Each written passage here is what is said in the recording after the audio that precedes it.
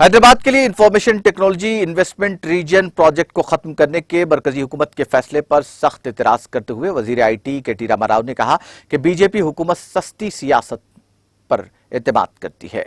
کے T R نے مطالبہ کیا کہ بی جے پی حکومت تلنگانہ کے نوجوانوں سے وعدوں کو پورا کرنے میں ناکام ہو گئی ہے، اسی لیے اسے معافی مانگنا ہوگا۔ انہوں نے کہا کہ بی جے پی کے پاس ملک میں اسکل ڈیولپمنٹ اور روزگار پیدا کرنے کے لیے کوئی مناسب پالیسی نہیں ہے۔ الیکٹرانکس اور انفارمیشن ٹیکنالوجی کے مرکزی وزیر مملکت راجیو چندرشیکھر نے پارلیمنٹ میں اعلان کیا تھا کہ حیدرآباد کے لیے I T I R project کو ختم کر دیا گیا ہے۔ دیگر پروجیکٹوں کو منظوری دینے کے دعوے پر مرکزی حکومت پر سخت تنقید کرتے ہوئے جو I T I R project کو معاوضہ دینے کے برابر تھے، آئی ٹی آئی وزیر نے کہا کہ بی جے پی حکومت نے ایک بار پھر ملک کے لوگوں کو دھوکہ دیا ہے۔ کے ٹی راما راؤ نے جمعہ کو یہاں ایک بیان میں کہا کہ کسی بھی چیز کے بارے میں آسانی سے جھوٹ بولنا بی جے پی پارٹی کے ڈی این اے میں موجود ہے اور M O S Rajeev Chandrasekhar نے اب آسانی سے ایسا ہی کیا ہے۔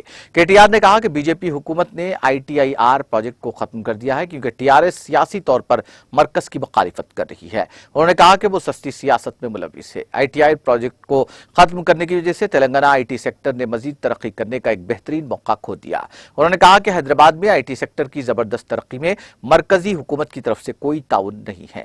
2008 میں مرکزی حکومت نے حیدرآباد کے لیے I T I R project کی تجویز پیش کی تھی اور اسے 2013 میں منظور کیا گیا تھا۔ تاہم بی جے پی حکومت تلنگانہ کے لیے ایک لعنت ثابت ہوئی ہے کیونکہ اس نے اے پی ری آرگنائزیشن ایکٹ کے تحت یقین دہانی کرائی گئی چند دیگر پروجیکٹس کی طرح اس پروجیکٹ کو بھی روک دیا۔ کے ٹی راما راؤ نے کہا کہ وزیر اعلیٰ کے سی آر کے ساتھ انہوں نے نئی دہلی کے ہر دورے کے دوران وزیر اعظم نریندر مودی اور دیگر مرکزی وزراء سے شخصی طور پر متعدد درخواستیں کی۔ انہوں نے کہا کہ تلنگانہ کی طرف سے مسلسل قائل کرنے کے بعد بھی کوئی مثبت جواب نہیں ملا۔